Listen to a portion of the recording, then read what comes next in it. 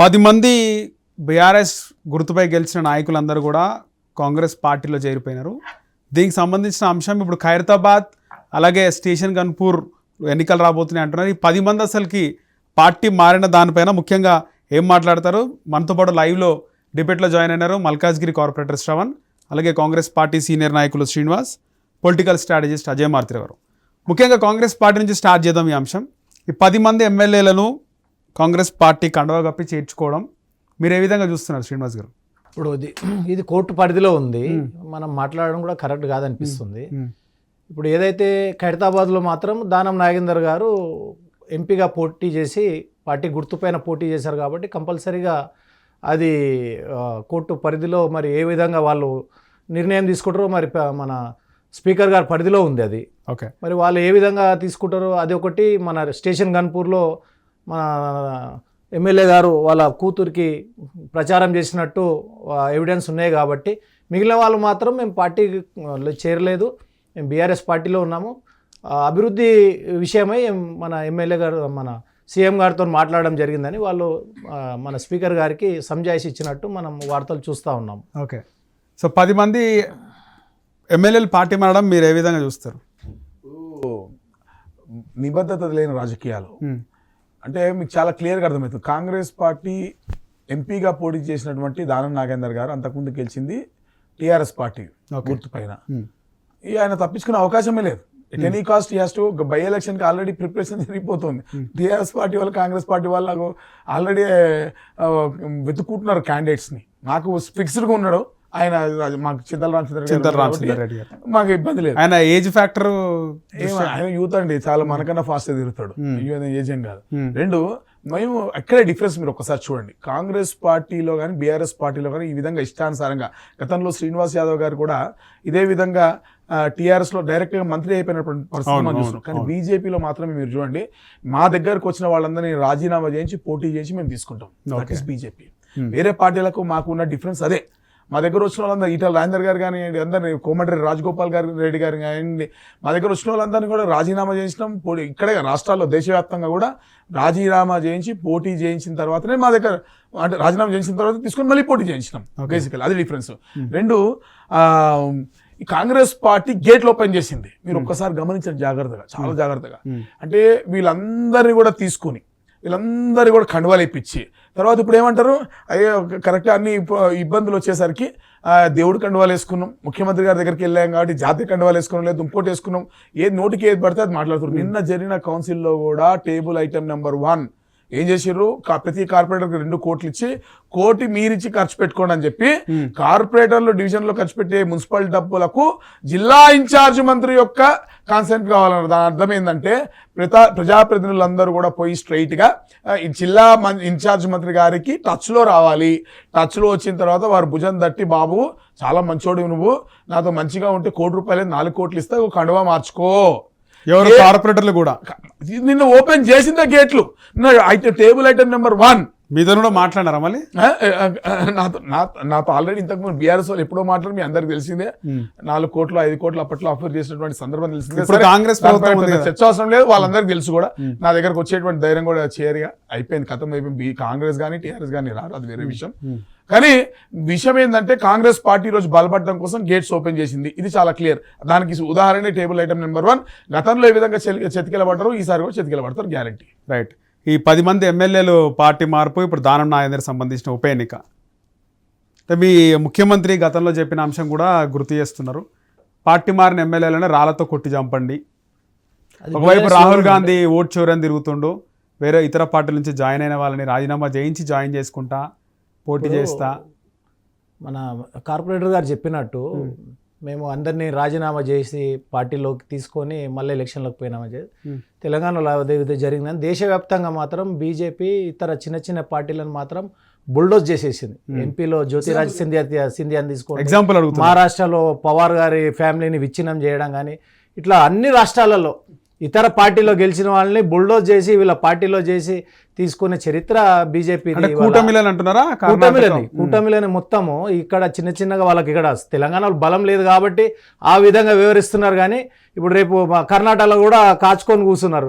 Decay శివం కుమార్ గారికి ఏమైనా భేదాభిప్రాయాలు వస్తే లాక్కొని మన బీజేపీని ముఖ్యమంత్రిని కూడా లాక్కునే ప్రయత్నం ఏమైనా చేస్తున్నారా? వరుసగా చంద్రబాబుతో కలుస్తున్నారు. జరిగేది కాదు. బీజేపీ గవర్నర్ చంద్రబాబు ముఖ్యమంత్రి గారు చాలా కష్టపడి తెలంగాణ కేసీఆర్ గారిని ఎదిరించి అంటే మేమ్స్ వస్తున్నాయి.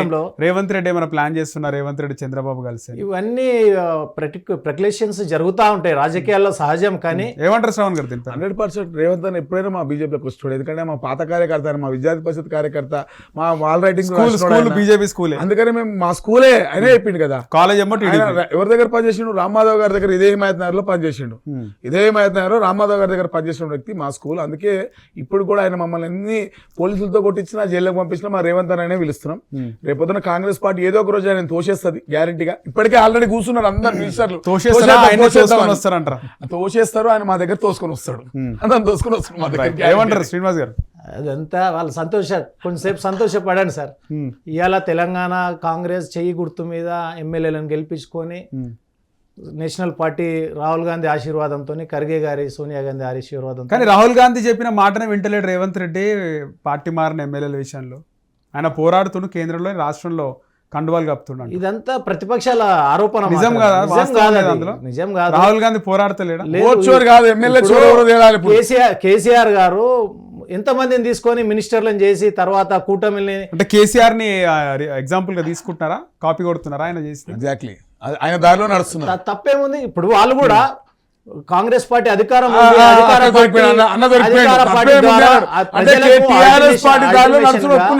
అల్టిమేట్ గా ప్రజలకు సర్వీస్ చేయాలని చెప్పి రేవంత్ రెడ్డి గారు నడుస్తున్న బాట సరైనది అన్నప్పుడు కొంతమంది కాంగ్రెస్ బీఆర్ఎస్ ఎమ్మెల్యేలు కూడా కాంగ్రెస్ వైపు చూస్తున్నారు. తప్పేముంది? ప్రజలకు ఇప్పుడు రేపు కోర్టు ద్వారా వాళ్ళకి ఏం శిక్ష పడుతుందో చూస్తాం. దానికి అన్ని ధైర్యంతో రేపు ఏది వచ్చినా కూడా ఎన్నుకోవడానికి వాళ్ళు ఎదుర్కోవడానికి సిద్ధంగా ఉండి వచ్చిర్రు. ఏదో మేము భయపడి రాలే. బహిరంగంగానే ఇప్పుడు దానం నాగేందర్ గారు కానీ, కడియం శ్రీ గారు కానీ దేనికైనా ఫేస్ చేయడానికి సిద్ధంగా ఉన్నారు. ఎందుకంటే వాళ్ళు ప్రజానాయకులు. ఇప్పుడు దానం నాగేందర్ గారు ఒకప్పుడు టీడీపీలో గెలిచారు, తర్వాత బీఆర్ఎస్ లో గెలిచారు. ఏ పార్టీకి పోయినా గెలుస్తున్నాడే.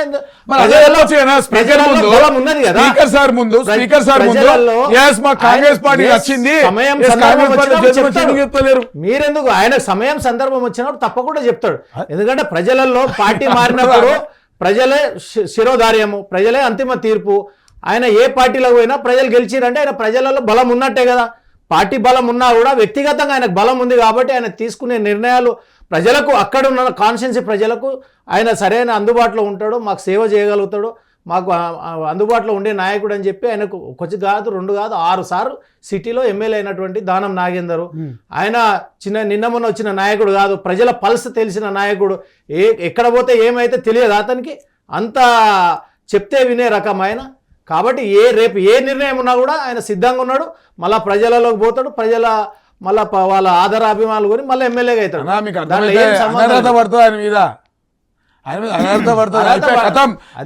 నాగేందర్ గారు అవుట్, రాజకీయంగా అవుట్ అన్న. మళ్ళీ పోటీ చేయడానికి అయిపోయింది. మీరు చూడండి, దానం నాగేందర్ గారి హిస్టరీ క్లోజ్. ఆయన రాజకీయాల్లో వచ్చినప్పుడు మనం చెడ్డీలు వేసుకోలేదు.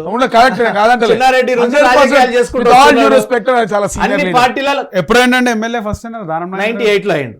98లో హిమాయత్ ఆసిఫ్ నగర్ లో మైనార్టీ ఎంఐఎం ఏరియాలో హ్యాట్రిక్ విజయం సాధించినటువంటి వ్యక్తి. కాదని హైదరాబాద్ లో కూడా పార్టీ మారినా కూడా 2 సార్లు బీఆర్ఎస్ నుంచి గెలిచాడు. అలాంటి వ్యక్తి గురించి మనం తక్కువ చేసి మాట్లాడడం కూడా చాలా సీనియర్ లీడర్, డ్యూ రెస్పెక్ట్. ఏ పార్టీ అధికారంలో ఉంటే ఆ పార్టీలోకి పోతారు దానం నాయకుడు. ప్రజలు అనుకుంటారు, దానిదేముంది? నిజం కదా అది. ప్రజలు శిక్షించాలి. ఒక రోజు టీడీపీలా మీకు గుర్తుందా, జంప్ అయింది ఆసిఫ్ నగర్ నుంచి గెలిచిండు. 98 2004 ఫస్ట్ టైం రాజశేఖర రెడ్డి గారు గెలిచినప్పుడు 2004 ఎలక్షన్. అప్పుడు రాజశేఖర రెడ్డి గారు మళ్ళీ ఇటు వచ్చేసిండు గవర్నమెంట్ రాగానే. అంటే ఆయనకు 2 సార్లు ఎమ్మెల్యేగా అయిన తర్వాత 3వసారి టికెట్ ఇవ్వకపోతే ఎవరికైనా హర్ట్ అవుతుందా లేదా? ఆ రోజు ఇండిపెండెంట్ పోవాలనుకుంటే అప్పుడు చంద్రబాబు నాయుడు, దేవేందర్ గౌడ్ పోయి ఆయనకు ఆ రోజు రాత్రి నామినేషన్ విత్డ్రా అయ్యే రోజులో ఆయన బీఫామ్ ఇచ్చారు. ఓకే 15 రోజులలో కూడా పార్టీ మారినా కూడా టీడీపీ అక్కడ అసలు టీడీపీ అంటే ఏందో తెలియదు. ఆసిఫ్ నగర్ లో Asif Nagar minority Minority area area, ఉంటే కాంగ్రెస్ లేకుంటే ఎంఐఎం, అయినా కూడా ఆయన అక్కడ చేసిన అభివృద్ధి కానీ ప్రజల్లో ఆయనకు ఉండే ఈ సింపతి కానీ 15 రోజులలో కూడా ఎమ్మెల్యే గెలిచాడు. ఆ రోజు రాజీనామా చేసి అది గొప్ప విషయం. లేదు ఆ రోజు రాజీనామా చేసిండు. కరెక్ట్ అది. రాజశేఖర రెడ్డి గారు నువ్వు వచ్చేసే నేను తీసుకుంటా అంటే కూడా వద్దు నా ప్రజల మీద నాకు నమ్మకం ఉందని చెప్పి గెలిచిన నెల రోజులలోనే రాజీనామా చేసి బై ఎలక్షన్లకు పోయాడు. అప్పుడున్న కాంగ్రెస్ పార్టీలో ఇంటర్నల్లో 1800 ఓట్లతోనే ఆ రోజు ఓడిపోవడం జరిగింది. తర్వాత మళ్ళీ అదే ఖైరతాబాద్ డీలిమిటేషన్లో ఖైరతాబాద్ అప్పుడు జనార్దన్ రెడ్డి గారు మరణించడంతో డీలిమిటేషన్లో ఖైరతాబాద్ నుంచి ఆయన పోటీ చేసి మళ్ళీ మంత్రిగా వచ్చారు. అట్లా ఆయన బీఆర్ఎస్ లోకి పోయినాడు. మళ్ళా తర్వాత కాంగ్రెస్ పార్టీలో ఉన్న అంతర్గత సమస్యలతోనే ఆయన బీఆర్ఎస్ లోకి పోవడం జరిగింది. బీఆర్ఎస్ లో కూడా 2 సార్లు, ఒకటి కాదు 2 సార్లు ఎమ్మెల్యే గెలిచాడు. బీఆర్ఎస్ లో సమస్యలు వచ్చినాయి. బీఆర్ఎస్ లో మరి అక్కడ బీసీలకు సరైన ప్రాతినిధ్యం లేదు నగరంలో అని చెప్పి మరి కాంగ్రెస్ పార్టీ పెద్దానికి బీసీలు ఎందుకే ఆయనకు ప్రాతినిధ్యం లేదు చెప్పరాదు, మంత్రి పదవి లేదు కాబట్టి వచ్చిండు. పెద్దానికి బీసీలతో ప్రజలు కూడా నమ్ముతారా అన్న మీరు చెప్పండి. వాళ్ళ సొంత ఎజెండా ఇంప్లిమెంట్ కాలేదు. ఏ విధంగా ఉంటది బై ఎలక్షన్ వస్తే మొన్న మనం చూసాం అన్నట్టు కాకుండా జూబ్లీహిల్స్ లో చూసాం సార్. అసలు బీఆర్ఎస్ తప్ప అక్కడ లేదని చెప్పి ఎలక్షన్ అయిన వరకు కూడా జూబ్లీహిల్స్ వేరే అనుకోవచ్చుగా. జూబ్లీహిల్స్ నవీన్ యాదవ్ 40 నుంచి కొట్లాడుతుండు. ఇదంతా ఒకప్పుడు ఉమ్మడి ఖైరతాబాద్ కాన్స్టిట్యున్సీ ఇది. అక్కడ ఇక్కడ వేరుగా ఏముండదు.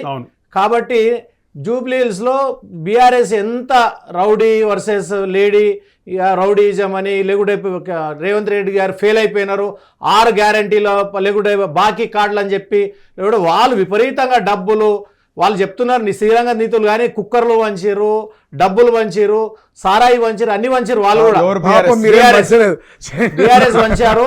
తర్వాత ఓడిపోయిన తర్వాత అన్ని కాంగ్రెస్ మీద నెపం చేస్తున్నారు. కాంగ్రెస్ ఓడిపోతుందని చెప్పి వాళ్ళు యూట్యూబ్ ఛానల్ వాళ్ళు పేడ్ కొన్ని యూట్యూబ్ ఛానల్ సర్వేలు కూడా చెప్పినాయి, అవి కూడా పేడ్ అంటారా? అన్ని సర్వేలన్నీ ఫెయిల్ అయినాయి. ఒక బిగ్ టీవీ తప్ప అన్ని సర్వేలు ఫెయిల్ అయినాయి.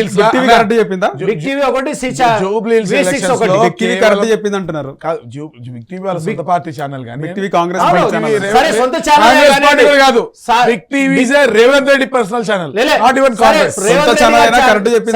రేవంత్ రెడ్డి గారు ఛానలే.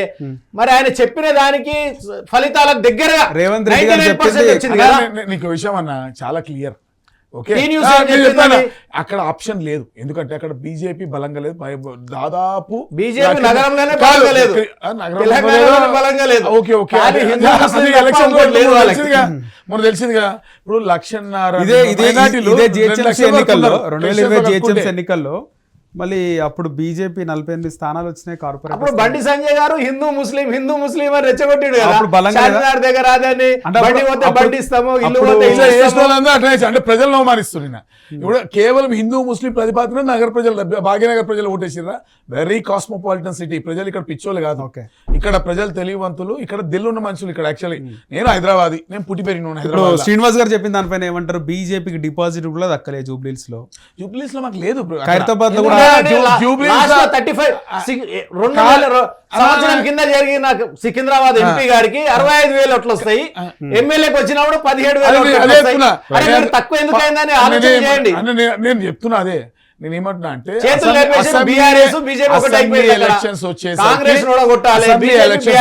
అందులో బైపోల్ వచ్చేసరికి ఖచ్చితంగా అధికార పార్టీ వైపే మొగ్గు చూపుతారు. ఒకటి రెండు మైనారిటీ ఓటింగ్ లో హైయెస్ట్ ఉన్నటువంటి ఏరియా అది. ప్లస్ మాకు అక్కడ పెద్దగా బూత్ లెవెల్లో ప్రెసెన్స్ లేనటువంటి ఏరియా, అయినా కూడా చాలా కష్టపడినటువంటి పరిస్థితి ఉంది బేసికలీ. అయితే అక్కడ ఉన్నటువంటి పరిస్థితులు ఏమైందంటే ప్రత్యేకమైన పరిస్థితి. బీఆర్ఎస్ క్యాండిడేట్ అయిన మాగంటి గోపీనాథ్ గారు అక్కడ చనిపోవడంతో ఒకవైపు ఇటువైపు నవీన్ యాదవ్ గారు 3 సార్లు పోటీ చేయడంతో ఆయనకు ఉన్నటువంటి సింపతి. సో సింపతి గేమ్ అనేది ఇక్కడ వీళ్ళిద్దరి మధ్య నడిచింది బేసికలీ. సో దానివల్ల బీజేపీ అనేది దెబ్బతింది అక్కడ పరిస్థితులు. మీకు చూడండి, నవీన్ యాదవ్ గారికి యాక్చువల్లీ సింపతి నవీన్ యాదవ్ గారికి వస్తుందా లేకపోతే మాగంటి గారి ఫ్యామిలీకి వస్తుందా అనేది ఒక టైట్ అక్కడ నడిచింది బేసికలీ. కానీ అల్టిమేట్ గా సింపతి అనేది నవీన్ యాదవ్ వైపు మొగ్గు చూపింది. ఎందుకంటే ఆయన 3 times నుంచి పోటీ చేస్తుండు, యువకుడు, ఒకసారి అవకాశం ఇవ్వాలి, అందులో అధికార పార్టీలో ఉన్నాడు కాబట్టి ఆయనకు అవకాశం, వాళ్ళ ఫాదర్ కూడా కార్పొరేటర్గా పోటీ చేసి ఉన్నాడు, అనేక రకాలుగా సర్వీస్ చేస్తున్నాడు కాబట్టి ఇవ్వాలన్న ఒకటి ఆలోచనతోటి సిటీలో ఉన్నటువంటి ముఖ్యంగా యాదవ్ సోదరులందరూ కూడా ఏకమై ఆయన బలపరచడం, ఇప్పుడు అనేక ఈక్వేషన్తో డబ్బులు ముబ్బుడిగా ఎన్ని డబ్బులు ఖర్చు పెట్టినారు మీరు చెప్పండి. అధికార పార్టీ అనేది అసలు నిజం ఓటుకి 2,500 రూపాయలు ఎవరు తీసుకొని పోదాం రండి, నేను చూపిస్తా. ఓటుకి 2,500 రూపాయలు చెప్పండి. బీజేపీ కూడా 500 నుంచి 1000 రూపాయల దాకా పంచింది. అట్లా మీరు ఎక్కువ పంచారని చెప్తున్నారు మీరు. మేము పంచిన మంటలే బీజేపీ కెమెరా నుంచి 1000 రూపాయలు తెచ్చుకోవాలనే ప్రయత్నం పోదాం. ఏమంటున్నారంటే పైసలు డిపాజిట్ తెచ్చుకోవాలని వాళ్ళు ఇచ్చారు, మేమేమి కావాలంటే మీరు కెమెరా తీసుకొని బీజేపీ బీఆర్ఎస్ బీజేపీ 500 1000 రూపాయలు ఇచ్చింది వాళ్ళు గెలవడానికి కాదు, డిపాజిట్ డబ్బులు ఇవ్వాలనుకుంటే బీజేపీ 5,000 కూడా ఇవ్వగలుగుతారు. కానీ విషయం అది కాదు. 500 ఎందుకు ఇస్తున్నారు? పవన్ గారు ఏమంటారు, 5,000 ఇవ్వాలనుకున్నా కూడా మేము ఇస్తాం, ఇవ్వాలనుకుంటే 5,000 ఇస్తాం. బీజేపీ నిజంగా డబ్బులు ఇవ్వాలనుకుంటే 5,000 కూడా ఇస్తుంది. మేము ఓన్లీ డెవలప్మెంట్ నిలబడి పోటీ చేస్తా ఉన్నాం, దాని మీద నిలబడి ఓటుకు 2,000 ఇచ్చాడు. మందకృష్ణ మాదిగ గారిని పెట్టి ఎస్సీ బస్తీలు ఉన్న దగ్గర మన కేంద్ర మంత్రి గారు అతని ఎలక్షన్ లో కూడా 2,000 రూపాయలు, దాదాపు 2,000-2,500 రూపాయలు పంచాడు మొన్న ఎలక్షన్. ఫైనల్ ఏం చెప్తారు మారుతిరావు గారు?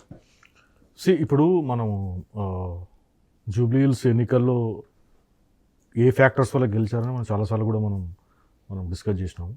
సో వాటి జోల్లోకి పోకుండా ఖైరతాబాద్ ఉప ఎన్నిక అనివార్యమా అంటే డెఫినెట్గా అనివార్యం అనిపిస్తూ ఉంది. ఒకటి గవర్నమెంట్ సైడ్ నుంచి ఏం చేయొచ్చు అంటే స్పీకర్ పలుసార్లు నోటీసులు ఇచ్చినా కూడా సో తాను ఎక్స్ప్రెషన్ ఇవ్వకపోవడం వల్ల మళ్ళీ హైకోర్టు నుంచి మళ్ళీ సుప్రీంకోర్టు వరకు వెళ్ళేటువంటి ఛాన్స్ ఉంటుంది. అదేమన్నా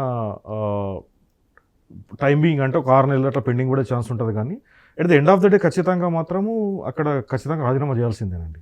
ఓకే, తను గౌరవంగా రాజీనామా చేస్తే ఒక రకంగా ఉంటుంది. సో తర్వాత కోర్టు ద్వారా ఏదైనా, ఇప్పుడు మీకు వెస్ట్ బెంగాల్లో జరిగింది మొన్న రీసెంట్లీ, ఒక బీజేపీ ఎమ్మెల్యే తృణమూల్ కాంగ్రెస్లోకి డిఫెక్ట్ అయితే ముకుల్ రాయ్, సో తనకి పిఎస్సి చైర్మన్ ఇచ్చిందనమాట. ఇస్తే అప్పుడు వాళ్ళు హైకోర్టుకి వెళ్ళిన తర్వాత అప్పుడు ఇన్ ఫేవర్ ఆఫ్ బీజేపీ పార్టీకే వాళ్ళు తీర్పు రావడం జరిగింది. ఒక మంచి పరిణామం. జనరల్గా ఏమవుతుందంటే చాలా వరకు స్పీకర్స్ వేటు వేసిన సందర్భాలు ఎట్లా ఉంటాయంటే అన్ఫార్చునేట్గా సరే ఇప్పుడు ఎలక్షన్స్ అంటే జనరల్ ఎలక్షన్స్, అసెంబ్లీ ఎలక్షన్స్ కంటే ఒక సంవత్సరం ముందు 6 నెలల ముందు ఏ పార్టీ అవాలో ఉంటే ఆ పార్టీ అవా ఉన్నప్పుడు కొంతమంది ముందుగానే అధికార పార్టీలోని ఎమ్మెల్యేస్ ప్రతిపక్ష పార్టీలోకి వెళ్ళినటువంటి సందర్భాలు ఉన్నాయి. ఆ టైంలో స్పీకర్ ఆబ్వియస్లీ అధికార పార్టీకే అనుకూలంగా ఉంటారు కాబట్టి అప్పుడు వేటు వేసిన సందర్భాలు ఉన్నాయి. కానీ ఒక అధికార పార్టీలోకి ప్రతిపక్ష పార్టీ నుంచి ఎమ్మెల్యేలు వచ్చినప్పుడు స్పీకర్ ఒక గౌరవంగా, ఒక హుందాగా అప్హోల్డింగ్ ది కాన్స్టిట్యూషన్ ఎప్పుడు చేసినటువంటి సందర్భంలో ఎందుకు లేదు అంటే మనకు ఆ స్పీకర్ మాన్యువల్లోనే ఉంది, అది కాన్స్టిట్యూషన్లోనే స్పీకర్కు ఉన్నటువంటి అదొక విచక్షణ అధికారం అనుకోండి. బట్ అది కరెక్టా కాదా అంటే డెఫినెట్గా కూడా కాన్స్టిట్యూషన్లో కూడా అమెండ్మెంట్ కావాల్సిన అవసరం ఉన్నది. బట్ ఏది ఏమైనా కూడా కడియం శ్రీహరి గారి విషయంలో కంటే ఎక్కువగా దానం నాగేందర్ గారి విషయంలో పూట ఖచ్చితంగా కూడా త్వరలోనే ఉప ఎన్నిక వచ్చేటువంటి అవకాశం ఉంది. బట్ తర్వాత మిగతా ఎమ్మెల్యే విషయంలో కూడా అండి, సరే ఇప్పుడు తాను ఎలక్షన్లో తాను ప్రచారం చేశారని కడియం శ్రీహరి గారికి డైరెక్ట్గా ఒక పార్టీకి నుంచి గెలిచి మళ్ళీ ఇంకో పార్టీపై బీఫామ్ పైన ఎంపీగా పోటీ చేసిన సందర్భం దానం నాగేందర్ అయినా కూడా మిగతా 8 మంది ఎమ్మెల్యేలు కూడా కండవా కప్పుకుంటూ కూడా దొరికారు కదా, వీడియోస్ కానీ ఫొటోస్ కానీ. ఇప్పుడు ఒకటి ఏముంటుంది అంటే ఒక ఆబ్లిగేషన్ ఏంది అంటే టెక్నికాలిటీస్ వేరే ఉంటుందండి, ఒక మొరాలిటీస్ అని ఒకటి ఉంటుంది. ఆ గ్రౌండ్లో చూస్తే ఖచ్చితంగా కూడా అందరూ కూడా ఇది మొదటిసారిగా అవుతుందా అంటే మొదటిసారిగా అవుతున్నది ఏం కాదు. సరే ఇప్పుడు మిత్రులు చెప్పారు బీజేపీ జరిగింది, డెఫినెట్లీ బీజేపీ కూడా చేసింది, కాకపోతే పర్సంటేజ్ తక్కువ ఉన్నది. ఎక్కువ వరకు వేరే పార్టీలు చేశారు, రీజనల్ పార్టీస్, బీఆర్ఎస్ చేసింది, కాంగ్రెస్ చేసింది, సమాజ్వాదీ పార్టీ చేసింది, కొన్ని ఏరియాలో బీఎస్పీ చేసింది. బట్ ఏంది అంటే బీజేపీ తను అన్నట్టుగా ప్రతి స్టేట్లో ప్రతి ఎమ్మెల్యే ఒకసారి అధికార పార్టీ బీజేపీ అధికారం ఉన్న దగ్గర వాళ్ళు వచ్చేటప్పుడు ఖచ్చితంగా మ్యాండేటరీగా ఒక ప్రిన్సిపల్ లాగా రాజీనామా చేస్తున్న తీసుకునేటువంటిది ప్రతి దగ్గర జరగలేదు. బట్ అన్ఫార్చునేట్లీ ఏంటంటే ఇలా సిస్టంలో ఇలా జరగడం అటువంటి చాలా తప్పు అది. బట్ డెఫినెట్గా కూడా అసలు దీనికి ఎక్కడ ఫుల్ స్టాప్ పడాలి? మీకు రాజ్యాంగంగానే అట్లాంటి ఒక ఒక ఒక కాన్స్టిట్యూషనల్ అమెండ్మెంట్ జరిగితే రాజ్యాంగంలోనే ఉంటే ఎవరు కూడా రేపు అట్లాంటి సాహసం చేయరు కదా. ఐ థింక్ ఇది ఒక ప్రజల్లో ఎట్లుందంటారు? ఒకప్పుడు మీరు గమనిస్తే 10-15 సంవత్సరాల క్రితం ఒక పార్టీ బీఫామ్ మీద గెలిచినటువంటి వ్యక్తి అధికార పార్టీలోకి ఎమ్మెల్యేగా వెళితే అనుకుందాం, అది ఒక ఎలక్షన్ వచ్చినప్పుడు టోటల్ నెరేటివ్ అంతా కూడా మా పార్టీ బీఫార్మ్ టికెట్ మీద గెలిచి పలానా పార్టీలోకి డిఫెక్ట్ అయిన దాని మీదే మొత్తం ఎలక్షన్ అంతా చర్చ నడిచేది. జనాలు కూడా అది నీళ్ళు వచ్చినాయా, రోడ్లు ఉన్నాయా, డెవలప్మెంట్ స్కీమ్స్ ఏమున్నాయి, ఫ్రీబీస్ ఏమున్నాయి, ఉచితాలు అది లేకుండా అరే ఒక పార్టీలో కలిసి ఇంకో పార్టీలోకి ఎట్లా పోతారనే దాని మీదనే ఎలక్షన్ అయ్యేది. ఓకే, జనాలకు కూడా అలవాటు అయిపోయింది. అంటే రాజకీయాల్లో ఇది షరా మామూలు అన్నట్టు డబ్బులు పరమవిధిగా డబ్బుల ప్రభావం అయిపోయింది. ఇప్పుడు సి హూమ్ యూ బ్లేమ్. ఇప్పుడు ఓటు ఇస్తున్న రాజకీయ నాయకులను బ్లేమ్ చేయాలా, మనం తప్పు పట్టాలా, ఓటు తీసుకుంటున్నటువంటి ఓటర్లు అనాలా? మీరు ఓటర్ పాయింట్ ఆఫ్ వ్యూ అయితే డబ్బులు ఇస్తున్నప్పుడు తీసుకోకపోతే మేము ఏం చేయాలి? రైట్. ఇప్పుడు రాజకీయ నాయకుని అడిగితే జనాలంటే తయారైన డబ్బులు ఖర్చు పెట్టేది ఓటేసే పరిస్థితి లేదు అన్నట్టు. రైట్. సో రెండు ఇరువైపులా కూడా తప్పు ఉంది. ఏదేమైనా కూడా ఈ పరిణామం మంచిది కాదు. సో ఐ థింక్ ఈ డిఫెక్షన్ పైన ఖచ్చితంగా స్ట్రాంగ్ లా రావాల్సినటువంటి అవసరం ఉన్నది.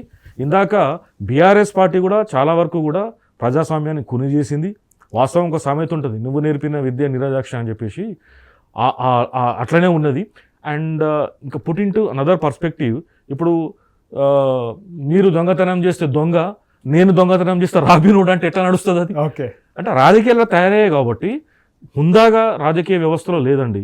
విలువలకు తిలోదకాలు ఇచ్చినారు, ప్రజలు కూడా అట్నే అలవాటు పడిపోయినారు. కాబట్టి కమింగ్ బ్యాక్ టు దానం Nagendra subject, he was a very popular leader once upon A time, is equally popular leader present టైమ్స్లో కూడా. మంచి తను ఇందాక మిత్రులు చెప్పినట్టుగా కూడా 2004లో యాక్చువల్గా ఏంటంటే తన టికెట్ ఎంఐఎం దానివల్ల అనుకుంటా టికెట్ రానప్పుడు తాను గెలిచి మళ్ళీ అసలు గెలిచిన తర్వాత రాజీనామా ఆయన చేసిండా, ఆయన చేసి వైఎస్ఆర్ చేయించిండా? ఆయన సరే రాజీనామా ఎవరు చేసిన ఆయనే కదా. రాజశేఖర రెడ్డి గారికి ఆయనకు ఉన్నటువంటి సాన్నిహిత్యం, ఫ్రెండ్షిప్ తోటి అన్ఫార్చునేట్లీ తను ఓడిపోవడం ఇదంతా జరిగింది. కానీ బట్ ఏంది అంటే equally is a well established leader, మంచి మాసెస్తో కానీ ఓటర్స్తో కనెక్షన్ ఉన్న లీడరు. అంటే ఖైరతాబాద్ ఎలక్షన్లో ఖచ్చితంగా జూబ్లీ హిల్స్ ఎన్నికల్లో అసలు మా సీటే కాదు గెలవడమే కష్టం అనుకున్నటువంటి తరుణం లోపల సో ఏదైనా కానివ్వండి అది మొత్తం మీద గెలిచిన తర్వాత ఖైరతాబాద్లో అంత ఉద్దండనేటువంటి నాయకుడు ఉన్నప్పుడు ఐ థింక్ అది ఒక ఈజీ వేనే ఉంటుంది. బట్ హ్యావింగ్ సెడ్ దట్ ఖచ్చితంగా అక్కడ స్ట్రాంగ్ బీజేపీ ప్రజెన్స్ కూడా ఉన్నది. కాబట్టి I think it will be triangle contest, స్కీన్ కాంటెస్ట్ ఉంటుందని అనుకుంటాను. హిట్ టీవీ యాప్, ఇందులో short news, live news, entertainment shows, movies, digital magazines తో పాటు మీ జిల్లా వార్తలను కూడా ఫ్రీగా చూడొచ్చు. ఇంకెందుకు ఆలస్యం, వెంటనే హిట్ టీవీ యాప్ ని డౌన్లోడ్ చేసుకుని ఫ్రీగా ఎంటర్టైన్మెంట్ పొందండి. Hit TV app, hit TV app, please download hit TV app. Hit TV app ని ఫ్రీగా డౌన్లోడ్ చేసుకొని ఎంజాయ్ చేయండి. మీకు నచ్చిన ఎంటర్టైన్మెంట్ కోసం హిట్ టీవీ యాప్ ని ఫ్రీగా డౌన్లోడ్ చేసుకుని ఎంజాయ్ చేయండి. హిట్ టీవీ యాప్ ని డౌన్లోడ్ చేసుకుని ఆస్వాదించండి, ఆశీర్వదించండి. ఇంతమంది సెలబ్రిటీలు హిట్ టీవీ యాప్ ని డౌన్లోడ్ చేసుకోండి అని చెప్తున్నారంటే ఎంత మంచి యాప్ ఆలోచించండి.